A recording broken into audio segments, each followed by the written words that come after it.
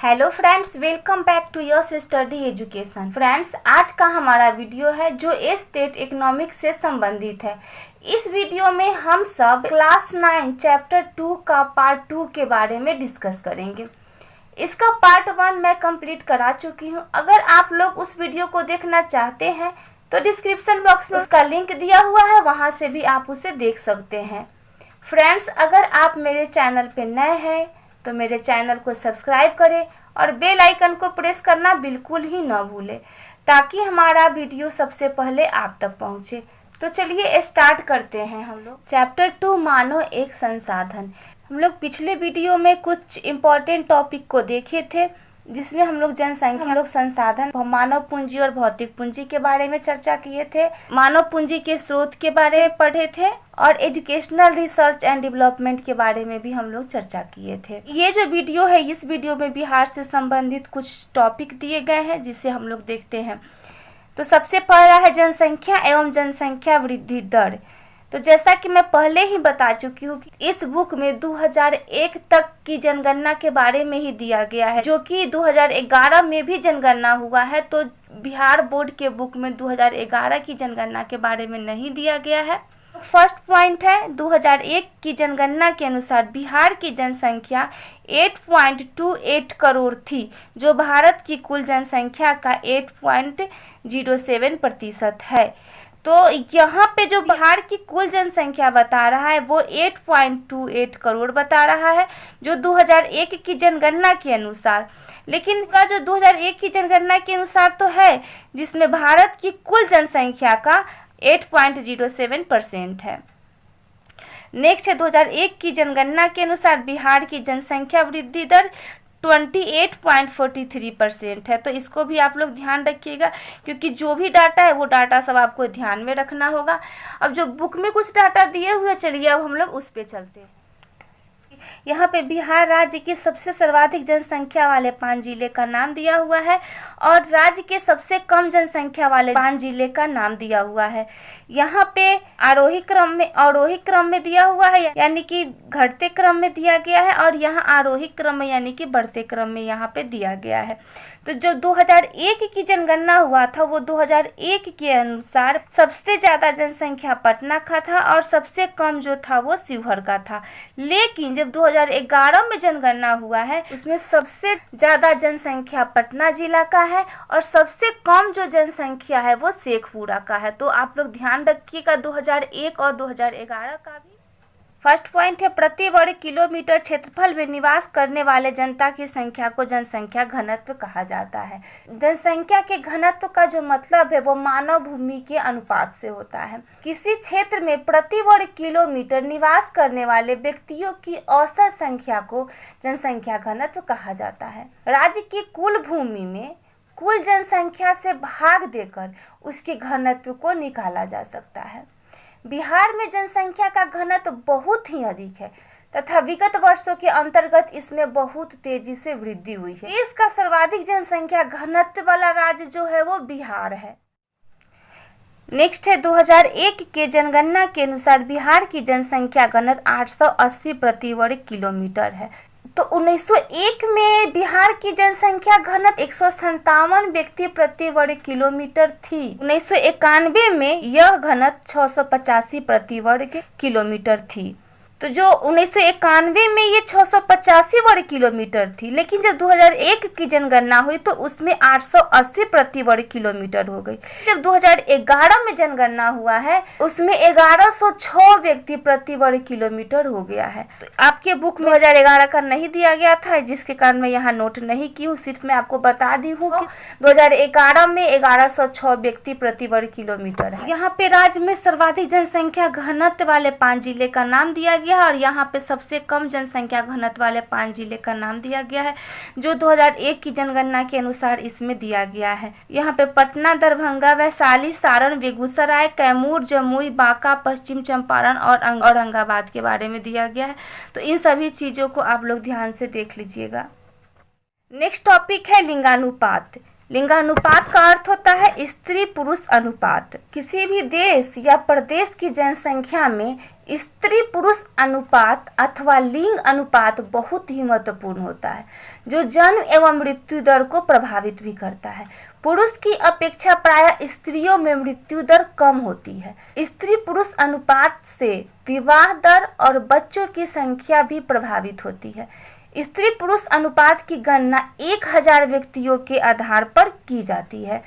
इसका अर्थ यह है कि 1000 पुरुषों के पीछे स्त्रियों की संख्या क्या है। सामान्यतः 1000 पुरुषों पर स्त्रियों की संख्या भी लगभग उतनी ही होनी चाहिए, परंतु भारत की स्थिति ऐसी नहीं है। 2011 की जब जनगणना हुआ था, उस समय बिहार प्रांत में 1000 पुरुषों के पीछे स्त्रियों की संख्या केवल 918 है और इसके साथ ही पिछले कुछ दशकों में इसमें निरंतर कमी ही आ रही है। इसका प्रमुख कारण यहाँ स्त्रियों के स्वास्थ्य आदि की अवहेलना है।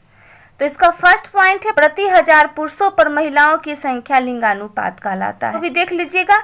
नेक्स्ट है 2001 की जनगणना के अनुसार बिहार में प्रति 1000 पुरुषों पर स्त्रियों की संख्या 921 थी, जबकि 1991 में यह संख्या 907 थी। तो मैं आपको यहाँ बता दी हूँ कि 2001 में 921 थी, लेकिन 1991 में ये 907 थी, यानी कि 1991 से 2001 में स्त्रियों की संख्या में बढ़ोतरी हुई है। लेकिन 2001 से जब 2011 का जनगणना हुआ है, उसमें स्त्रियों की संख्या में कमी आई है। 2011 में 1000 पुरुषों के पीछे स्त्रियों की संख्या केवल 918 है। इसको भी हम लोग एक डाटा के द्वारा समझ लेते हैं जो आपके बुक यहाँ पे राज्य में सर्वाधिक लिंगानुपात वाले 5 जिले का नाम दिया गया है और सबसे कम लिंगानुपात वाले 5 जिले का नाम दिया गया है, जो 2001 की जनगणना के अनुसार है। यहाँ भी अवरोही क्रम में दिया गया और यहाँ आरोही क्रम में दिया गया है। 2001 में सबसे ज़्यादा लिंगानुपात सिवान में था और सबसे कम लिंगानुपात पटना में था, लेकिन 2011 की जनगणना के अनुसार सबसे ज़्यादा गोपालगंज में है और सबसे कम जो है मुंगेर जिला में। नेक्स्ट टॉपिक है साक्षर, जिसको इंग्लिश में लिटरेट भी कहा जाता है। किसी भाषा को समझने के साथ साथ उस भाषा को लिखना पढ़ना भी जानता हो तो उसे साक्षर कहते हैं।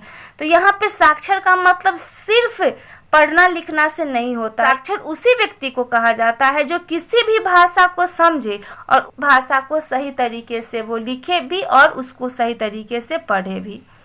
नेक्स्ट है 2001 की जनगणना के अनुसार बिहार में कुल साक्षरों की संख्या 3,16,75,607 थी। तो 2001 की जनगणना हुआ था, उसमें बिहार के कुल साक्षरों की संख्या लगभग 3 करोड़ थी, जिसमें मेल जो है वो 2 करोड़ है और जिसमें फीमेल जो है वो 1 करोड़ है। नेक्स्ट है 2001 में बिहार में साक्षरता दर 47.53 थी, जबकि 1991 में 37.49% थी। यहाँ भी एक प्रश्न बनता है कि 2001 में साक्षरता दर कितनी थी। तो 2001 में साक्षरता दर 47.53 थी, जबकि 1991 में 37.49% थी। इसको भी हम लोग एक डाटा के द्वारा समझ लेते हैं। यहाँ पे राज्य में सर्वाधिक साक्षरता दर वाले 5 जिले का नाम दिया गया है, सबसे कम साक्षरता वाले जिले का नाम दिया गया है। सबसे ज्यादा साक्षरता जिला है पटना और सबसे कम साक्षरता वाला जिला है किशनगंज। तो 2001 की जनगणना के अनुसार हो गया, लेकिन 2011 की जनगणना के अनुसार सबसे ज्यादा साक्षरता वाला जिला रोहतास है 73% और सबसे कम साक्षरता वाला जिला पूर्णिया है 51% है। तो इस डाटा को भी आप लोग देख लीजिएगा। 1991 से 2001 के बीच बिहार में साक्षरता दर में 10% की वृद्धि हुई है। तो यहाँ प्रश्न बनता है कि 2091 से 2001 के बीच बिहार में साक्षरता दर में कितने % की वृद्धि हुई है। तो 10% की बिहार में साक्षरता दर में वृद्धि हुई है। भारत की साक्षरता दर 65% है। तो यहाँ भी इसको आप लोग याद कर लीजिएगा। और साक्षरता की दृष्टि से बिहार देश का सबसे पिछड़ा हुआ राज्य। नेक्स्ट टॉपिक है ग्रामीण और शहरी जनसंख्या। इसका फर्स्ट पॉइंट है किसी राज्य के उसके विकास की गति शहरीकरण की प्रक्रिया से पता चलता है। किस प्रकार से उस राज्य का विकास हो रहा है यह शहरीकरण से ही पता चलता है। तो यहाँ पे भी एक प्रश्न बनता है किसी राज्य के उसके विकास की गति किससे पता चलता है। तो शहरीकरण की प्रक्रिया से किसी राज्य के विकास की गति का पता चलता है। सेकेंड है, बिहार के प्रमुख जिले जो शहरीकरण में आगे हैं उनके नाम निम्नलिखित है। तो नीचे जो नाम कुछ दिए गए हैं बिहार में शहरीकरण में आगे है, 6 जिले का नाम दिया गया है जिसको आप लोग याद रखिएगा। पटना, मुजफ्फरपुर, भागलपुर, छपरा, गया और वैशाली, ये 6 जिला जो है शहरीकरण में आगे है, जो आपके बुक में दिया गया था। नेक्स्ट है, जब औद्योगिक एवं व्यापारिक क्षेत्रों का विकास होता है तो शहरीकरण स्वतः जन्म लेती है। तो यहाँ भी एक प्रश्न बनता है कि शहरीकरण का स्वतः जन्म कैसे होता है। तो औद्योगिक एवं व्यापारिक क्षेत्रों के विकास से शहरीकरण का स्वयं जन्म हो जाता है, क्योंकि जहाँ पे औद्योगिक एवं व्यापारिक कार्य ज़्यादा होंगे वहाँ शहरीकरण की प्रक्रिया स्वतः ही हो जाएगी। नेक्स्ट है, बिहार के पटना जिले का विस्तार सेवाओं एवं शिक्षाओं के विस्तार के कारण हुआ है। तो यहाँ भी प्रश्न बनता है कि बिहार के पटना जिले का विस्तार किसके कारण हुआ है। तो सेवाओं एवं शिक्षाओं के विस्तार के कारण बिहार के पटना जिले का विस्तार हुआ है। और राजधानी पटना जो है बिहार का सबसे बड़ा नगर है। नेक्स्ट 2001 के जनगणना के अनुसार बिहार में ग्रामीण एवं शहरी जनसंख्या का अनुपात 89:11 है। तो 2001 का जब जनगणना हुआ था उसमें बिहार में ग्रामीण एवं शहरी जनसंख्या का 89:11 हुआ। नेक्स्ट टॉपिक है, बिहार में जनसंख्या वृद्धि के कारण। तो बिहार की चर्चा की जा रही है कि बिहार में जनसंख्या वृद्धि के कौन कौन से कारण होते हैं, उसको नीचे लिखा गया है। सबसे फर्स्ट है गर्म जलवायु, सेकेंड है संयुक्त परिवार प्रथा, थर्ड नंबर में है बाल विवाह, अशिक्षा, गरीबी, परंपरागत मान्यताएं, परिवार नियोजन के प्रति जागरूकता का अभाव और भी बहुत सारे कारण हैं जिसके कारण जनसंख्या वृद्धि होते हैं। बिहार में गर्म जलवायु के कारण भी जनसंख्या वृद्धि हो रही है और संयुक्त परिवार प्रथा के कारण भी यहाँ जनसंख्या वृद्धि हो रही है और बाल विवाह के कारण भी यहाँ पे अशिक्षा का अभाव है, गरीबी है और बहुत सारे परंपरागत मान्यताएं हैं जिसके कारण भी जनसंख्या वृद्धि हो रही है और परिवार नियोजन के प्रति यहाँ के लोग जागरूक नहीं है जिसके कारण यहाँ जनसंख्या में अत्यधिक वृद्धि हो रही है। नेक्स्ट टॉपिक है, बिहार में जनसंख्या वृद्धि को नियंत्रित करने के उपाय। तो जनसंख्या वृद्धि को नियंत्रित करने के कौन कौन से उपाय हैं उसे नीचे दिया गया है। फर्स्ट है तीव्र आर्थिक विकास। अगर बिहार का आर्थिक विकास ज़्यादा होगा तो जनसंख्या वृद्धि को नियंत्रित करने में आसानी होगी।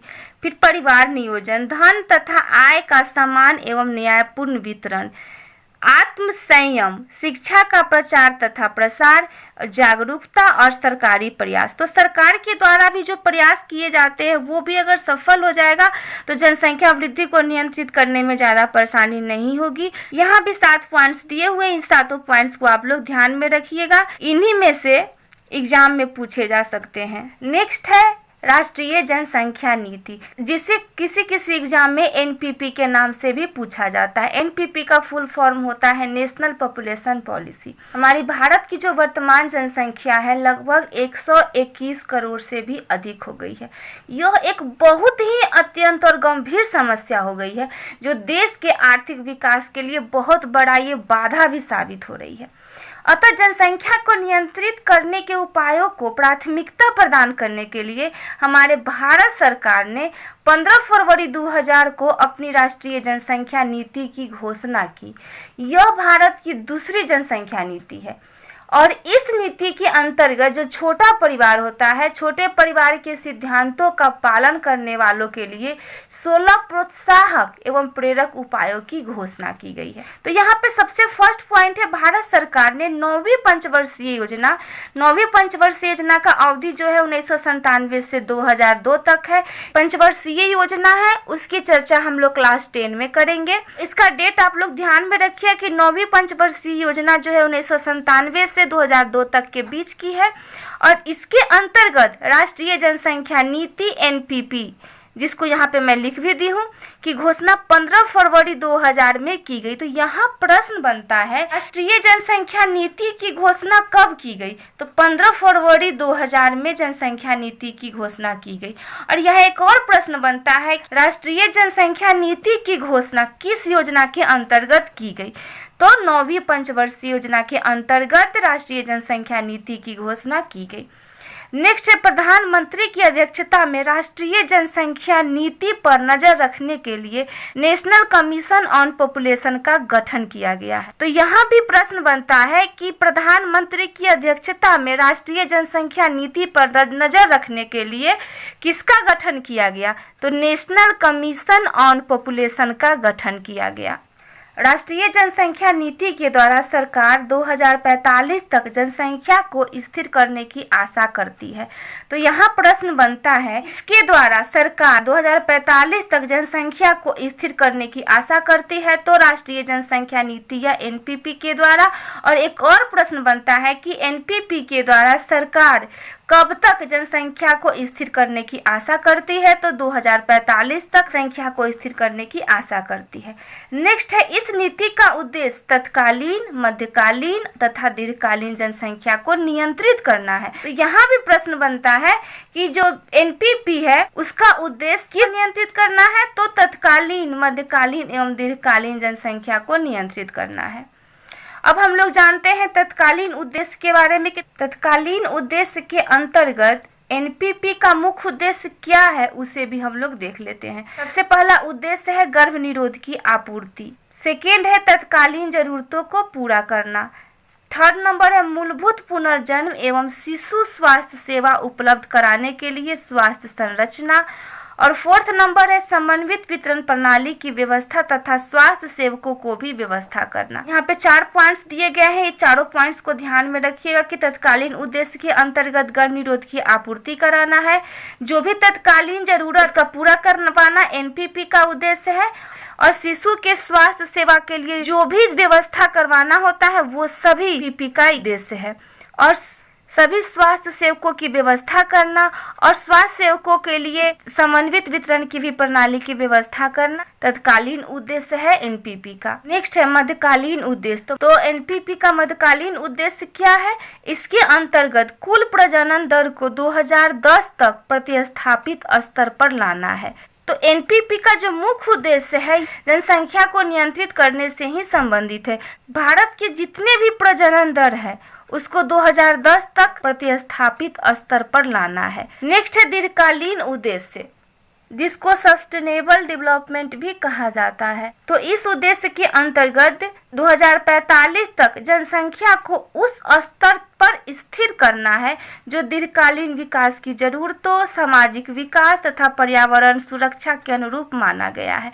तो सस्टेनेबल डेवलपमेंट का मतलब होता है कि ऐसा विकास होना चाहिए जो निरंतर चलता रहे। अर्थात दीर्घकालीन विकास एक ऐसी प्रक्रिया है जिसमें जो भी साधन उपलब्ध है उसका इस तरह से उपयोग किया जाए कि हमारे वर्तमान जरूरतों को पूरा करने के साथ साथ जो भी आने वाली पीढ़ी है उनकी जरूरतों में भी कटौती नहीं हो पाए। जैसे अभी हम पानी का यूज इस प्रकार से किया जाए कि भविष्य के लिए भी, जो हमारे आने वाले भविष्य उनके लिए भी बचाया जाए।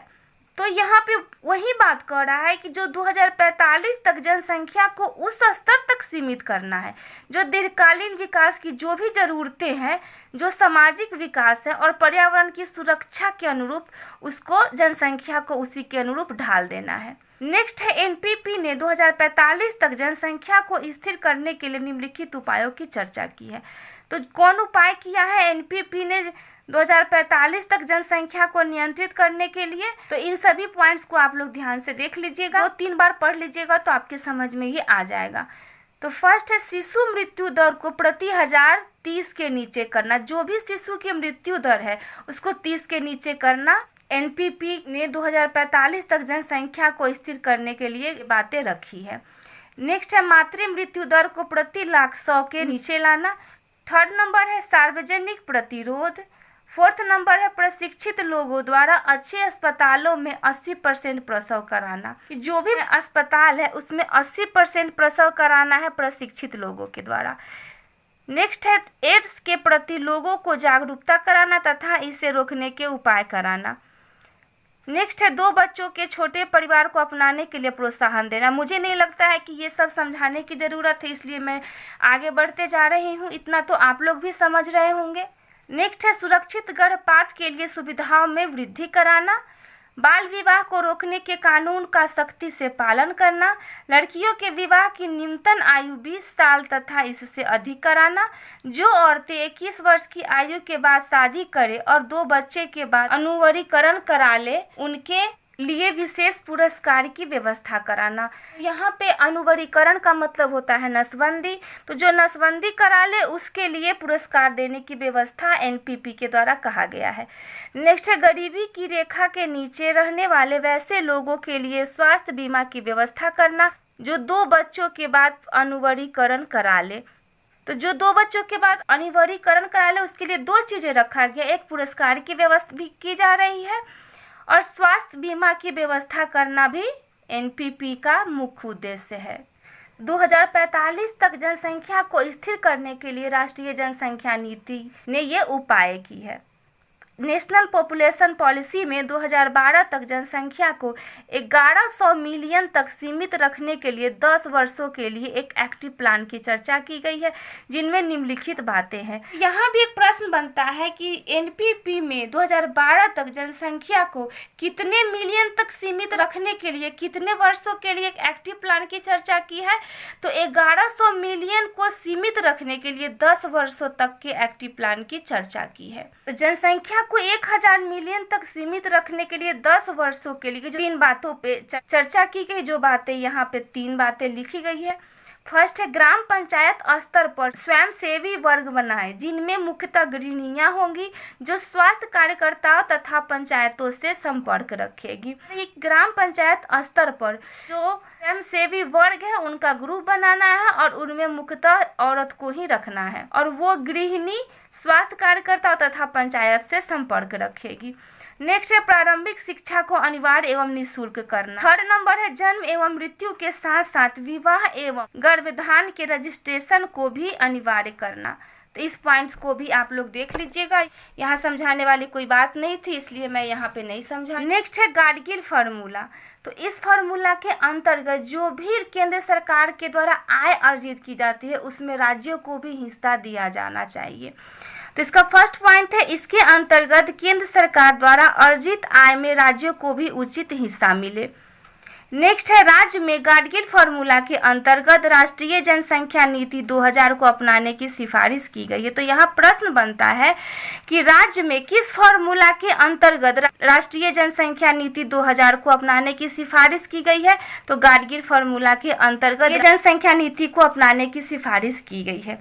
नेक्स्ट 2 पॉइंट है जिसे मैंने यहाँ लिख दिया है, इसे भी आप लोग देख लीजिएगा कि मानव पूंजी आर्थिक विकास की पूंजी है और मानव पूंजी भौतिक पूंजी से भी ज्यादा महत्वपूर्ण है। ये 2 पॉइंट है, ये 2 पॉइंट को आप लोग देख लीजिएगा। फ्रेंड्स, अगर आपको लगे कि मेरा वीडियो आप सबों के लिए हेल्पफुल है तो वीडियो को सब्सक्राइब, लाइक, शेयर और कॉमेंट जरूर करें। आपका कॉमेंट ही हमारा हौसला बढ़ाता है। बने रहिए हमारे साथ, मिलते हैं नेक्स्ट वीडियो में नेक्स्ट चैप्टर के साथ। Thank you.